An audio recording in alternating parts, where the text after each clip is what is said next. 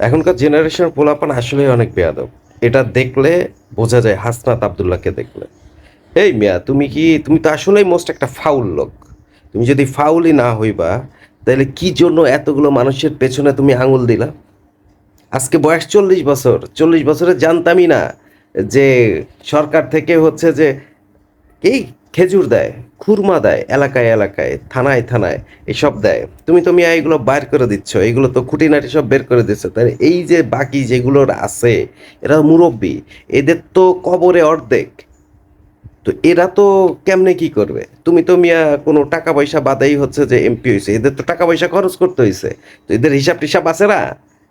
কোন ঠিকাদার কি করতেছে, কত টাকা ই করতেছে, হাবি জাবি, এই যে একটা বেয়াদবি করতেছো তুমি। এই মুরব্বীদের পেছনে তুমি যে আঙুল দিচ্ছ, এটা কি তোমার ঠিক হচ্ছে? ঠিক কিন্তু হচ্ছে না। এই মুরব্বীরা কি করবে এখন?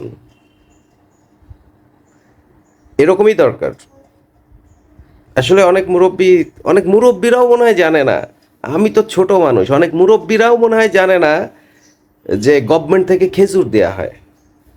রোজার মাসে গভর্নমেন্ট থেকে খেজুর দেওয়া হয়। এনিওয়ে, আমাদের 3 নম্বরের কি অবস্থা? ঝিনাইদহ 3-এ আসছে খেজুর, আসছে ঝিনাইদহ 3-এ খেজুর আসছে।